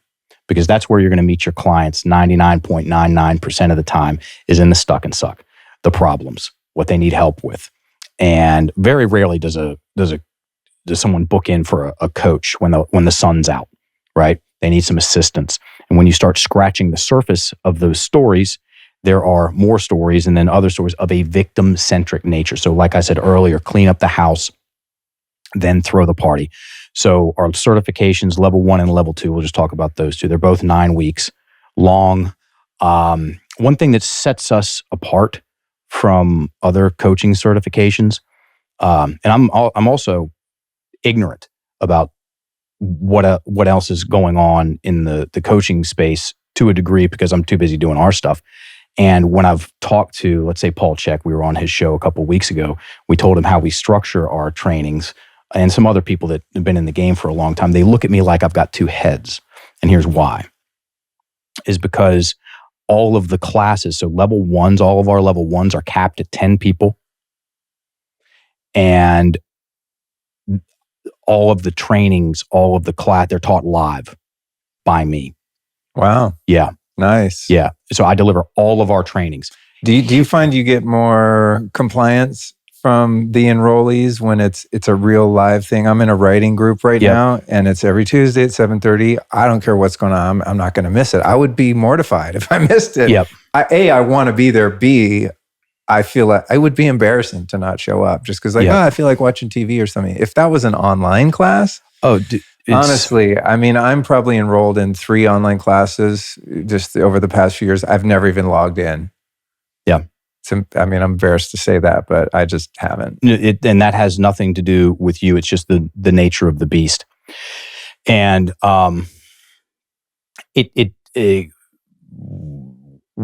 compliance. How about engagement? That's a better word. Yeah, it gets a lot more engagement. Yeah, and we could totally scale this thing, and we're not. You know why? Because we're in the badass coach making business, and that's how badass coaches are made. And also because we approach it as such. Okay, fine, it's coaching. We're talking about transformational wordsmithing here. Okay, you're talking about helping people get the scary stories out of their head that have been in there negatively influencing them for God knows how long, outside of them, and get the breath in there. And when that happens, I mean, emotions there, that is going to happen.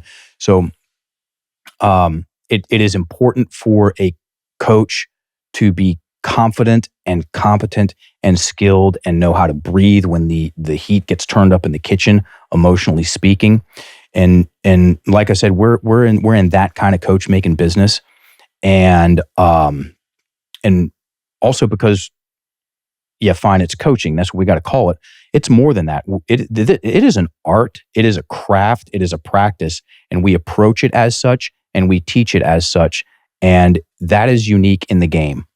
That is very unique in the game. And also, you know, we're on group 40, Q1 of next year, March 2024. We're on group 40, 41, and 42. And I'm only doing the first 100. Okay. I'll be done teaching directly in about 7, give or take years, 7.5 years. And I want to spend time with the coaches. I want to get to know them. Okay. I want them to, and it's 1,000% real. I want them to take some of my excitement and enthusiasm and passion for this thing and infuse it into their coaching. And it doesn't work with videos. It doesn't work with 300 people in a certification. I mean, I'm on a rant. It doesn't work with 300 people in a certification with biweekly check-ins and some self-paced quizzes. It's not how you create world-class coaches. And so, yeah, that's respect. Yeah, thanks, man. Cool. So you guys, we'll put this in the show description, but you can go to enlifted.me and use the code Luke to save 10% off the coaching certification courses, or use Luke100 to save $100 off the self-paced course. Does that sound accurate? Yes, that's very accurate. I just read what's in my notes. No, it's great. And I appreciate that. I got one final question for you, and you might want to just rapid fire this one so we can get you out of here because we got to take a couple pictures. And don't let me forget, I want to give you a book. Okay. As a gift, which I know you're going to love the shit out of. Okay. See, there was no other way to say you're going to love the shit out of it. How could I emphasize that? That got me more excited about something I was already excited about. Yeah. My last question is this. Who have been 3 teachers or teachings that have influenced your life and your work? Barry Musgrave was the guy that was running that emotional detoxification workshop that I saw in 2003. And he was my first mentor in this work. He still works. He's still alive. He lives in Athens, takes care of an ashram there, and he'll work with one person per day. And he's been a very positive force in my life. Ed Hudson, how much do I want to say about that? Very well self-made man.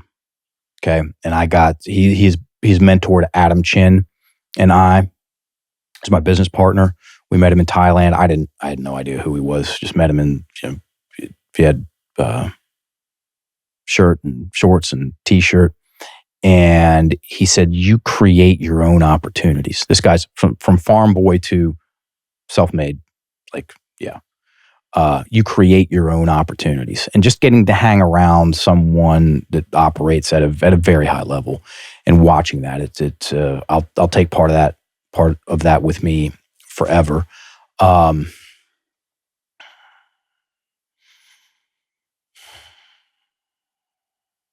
then my dad.